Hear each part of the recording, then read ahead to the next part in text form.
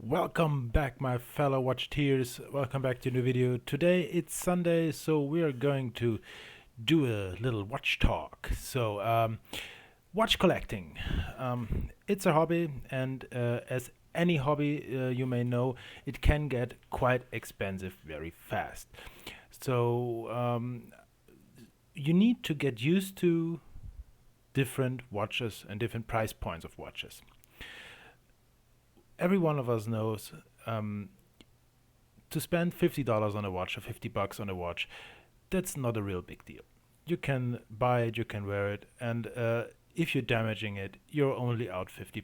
But if you go out and spend several hundred or maybe several $1,000s or euros or rupees, whatever, on a watch, uh, I bet you're not going to wear it that often because you have the fear of scratching it, you have the fear of losing it, and anything else. So, as I started into watch collecting, I started out 2 years ago.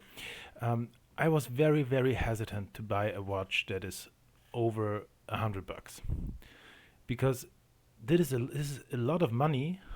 $100 is a lot of money for a piece that only tells the time and maybe the day and the date. But then I grew into it. I got used to the different price points. So I heard of a system that's called the tier system. So let's talk about it. What is the tier system?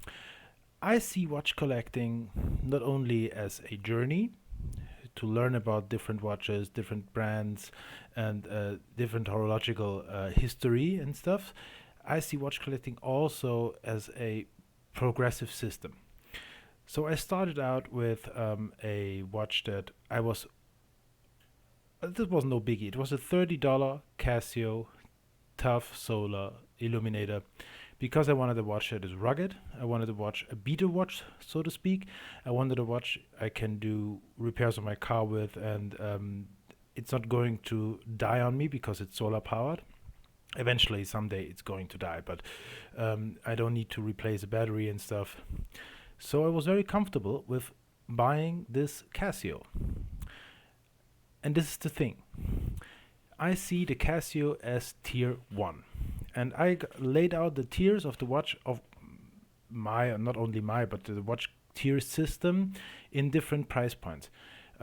Because I went on, and then I thought, oh, another watch, and this 5KX is awesome, but it's so expensive, and if I wear it and if I scratch it, I burst into tears.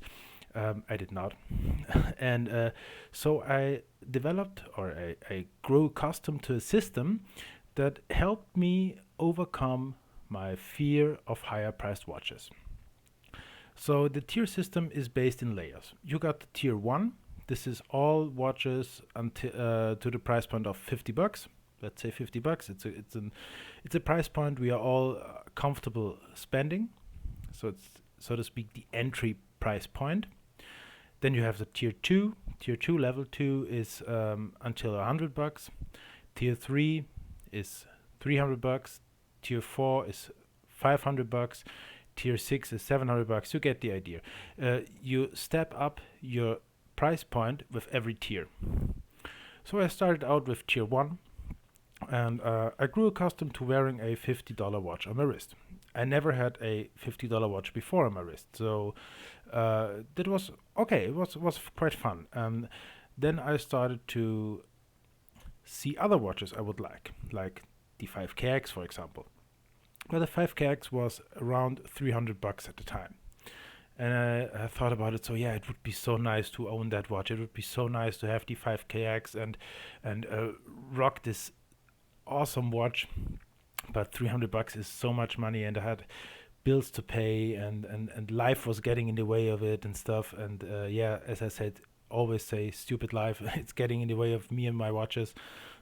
But over the time, I grew accustomed to spending more and more of on my watches. And then one day the 5KX was 50% off. It was around $160. It's 45% ish off. So I thought, it's $160. It is a lot of money, but this watch will be with me for at least 5 to 10 years. And even if I had to service it, I just can swap out the movement and it's around for another 5 to 10 years. And this was the point where I leveled up, so to speak. I leveled up to tier 2 and I bought the watch, and I'm so happy ever since. It is such a great watch, and if you're looking for a very good watch under 300 bucks, the 5KX is an awesome piece. So I bought that one, and I really enjoy my time with it. I wore it just today on my drive back from my weekend trip, which I posted in the Urban Gentry watch group. If you're not a member of the Urban Gentry Watch Collectors group, you just need to go there. It's on Facebook. It's the UGWC, and awesome people there, awesome community, very friendly, very helpful. Definitely a go-to place for every watch collector. And the Urban Gentry Watch channel also. There are so many great watch channels out there, but this is by far one of the best, in my opinion. It's always my opinion. So, okay, I bought myself into the tier 2. And as soon as you get used to this tier you're in, like the tier 2 it's for example, you start to look at watches at the next tier because you're more comfortable. If I would have gone into tier 3 or tier 4 right away from the start, I bet I bet I wouldn't wear that watch. I would love to have it, no question about it, but I wouldn't wear it. And maybe I would also think I could have spent the money elsewhere. But as you grow accustomed to your tier, and as you grow accustomed to the next tier, you're much more comfortable to spend $500 on a watch. $500 on a watch is a lot of money. You could buy an Xbox, you could buy a gaming PC, mid-spec gaming PC for that kind of money. Why you should buy a watch for the money? This is something nobody can answer for you. You need to answer it for yourself. You need to think, yeah, it is worth to me to buy a $500 watch. And if you're on that, if you're at the stage of you say, okay, yeah, I'm comfortable with spending $500 or $1,000 on a watch, then you're almost at the new tier. And so you go from there. You step up your watch collection. With every watch you buy, you step up. Sometimes you need to take a step back. Sometimes you order something from the tier 1 level, like a Casio F91, because the watch has a horological history behind it. That's totally fine. That's totally okay. I do love that watch, and I will buy one of those in the future. Again, I already bought one a few months ago, but I gave it as a present to a good friend of mine, and I will buy it again. That's totally fine. That's totally understandable. And this is the journey you need to take. You need to experience different watches, and you need to, you don't need to, but you will level up your watch game with every watch you buy. You increase your knowledge, you read about it, and you read about different types of watches. And this is the next point I want to talk about. Your watch collection is always evolving. It's always on a constant state of change. Some people like to collect vintage watches. Some people like to collect black dialed watches. Some people like to collect Submariner homages, or Submariners if you can afford it. So this is a perfect opportunity when you're at the entry level of watch collecting, when you're at the tier 1, tier 2, tier 3. It's the perfect opportunity to see what you like, to experience, okay, this watch I like more than the other watches. For example, I have the Seiko Explorer 361 I recently built, and I never thought I would like that kind of watch. I never thought I would like that kind of semi-dress / business style watch. But I love it, and it's awesome, and I already thinking about buying another one, buying a tier up. I also thought about a Tudor Prince Oyster Date, because it is a very beautiful watch, but it is around $1,000. Still, it is a good deal, but um, it doesn't matter if the deal is a perfect deal if I'm not going to wear it because it's too expensive at the point where am I now. So the next one I thought for myself is going to be around 400 to 500 bucks. It's still there is still a hesitation in me to say that says don't buy a watch for 500 bucks because the new Xbox is coming out at the end of the year. But there is also a little voice in me that says this is an awesome piece and you're really going to love it. You're really going to enjoy this piece. And the longer you are thinking about it, the longer you're being alone with your thoughts and think about the next step in your collection, the more you grow accustomed to that next tier. And someday, I don't know when it will be, you don't know when it will be, someday you see a deal and you thought, man, I thought about that watch or that kind of watch for the last 3 months. Now is the time. Now is the time to pull the trigger and to get it. This is the time when you level up. This is the time when you're at the next stage of your watch collecting. And it is like an addiction.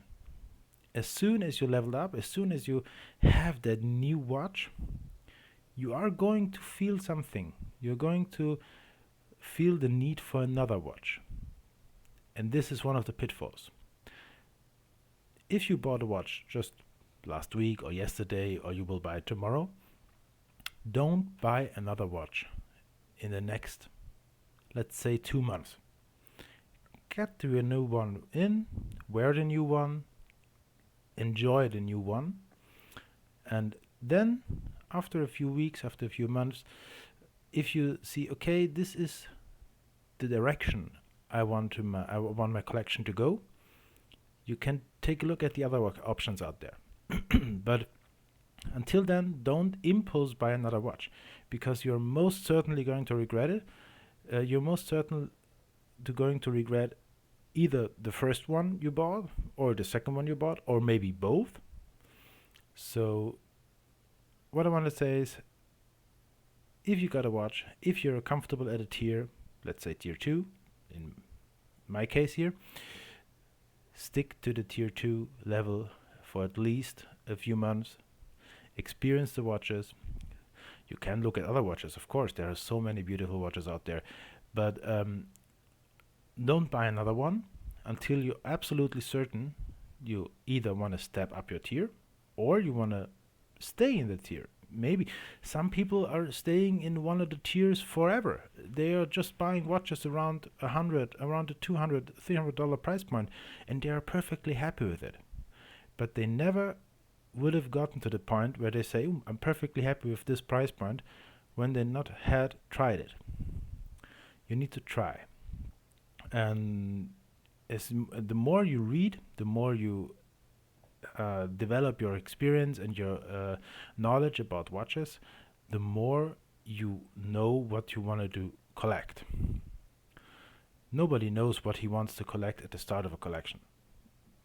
Maybe 1 in 10,000 people will know he wanted to collect Swatch watches. But many of us come to the point in the later years. They start collecting different watches, Flieger watches, dive style watches, automatic watches, quartz watches, kinetic watches, whatever. And they start to collect, and then they say, this is a theme I wanted to stick with. And then when you have found your theme, I didn't have found my theme yet. I look at different types of watches. I'm thinking about a pilot's watch or a Flieger watch as my next piece, but I'm not sure at the moment right now, because there are other watches that wanted attention. They want attention from me, so I need to figure it out. I need to go take a deep breath. I need to take a step back, and I need to think about what is the next move for me and my watch collection. And as soon as I get that, I'm a step closer to the theme of my collection. Until now, if I would call it a theme, I would say it's black dialed watches, because I have more watches with a black dial than I have any other style of watches. They differ from field watches to my 5KX dive style watch, and now the Explorer, because I love the black dials. They're going with everything. You can wear it casual, you can wear it on the dinner, you can wear it to a dinner, you can wear it with a suit. Black dials are just gorgeous. But I also think about other color schemes. So this is something everyone needs to experience for himself. You need to experience for yourself what you like and how much are you comfortable of spending. Don't start with tier 5 so you can say, hey, I'm a big time watch collector and I buy $500 watches. Doesn't matter. It doesn't matter what a watch costs. It doesn't matter if it's a $10 Casio or a $10,000 Rolex. As soon as you start to think about a watch more than just a timepiece, as soon as you realize that a watch is a companion, it's a story, it's something mankind built, there is history behind it. As soon as you're at that point, you're a watch nerd. And as soon as you think about a watch more than it's just a timepiece, you're a watch nerd. Basically, face it. Otherwise, you wouldn't look at the video, and otherwise you wouldn't look at review of watches online, and yeah. So, what I wanted to say with this small watch talk is, get used to the level of your spending, of the comfort of what we want to spend. Maybe tell me in the comments, what is your level of spending? Are you spending not more than, let's say, 100, or are you spending more than 500 a month or a year on watches? And how fast or how slow are you going to approach your collecting journey? Let's have a discussion in the box below, in the comment box below, and yeah, I'll see you in the next video when we are going to take a look at my Casio Oceanos OC106. This is one I really do like. It was a steal. It was a very, very awesome deal, and yeah, I wanted to share it with you. So next time we are going to take a look at this one. Until then, I hope you're doing well. I hope you're staying safe and healthy out there, and yeah, let's have your thoughts and comments below, and yeah, see you in the next one. Until then, take care, guys.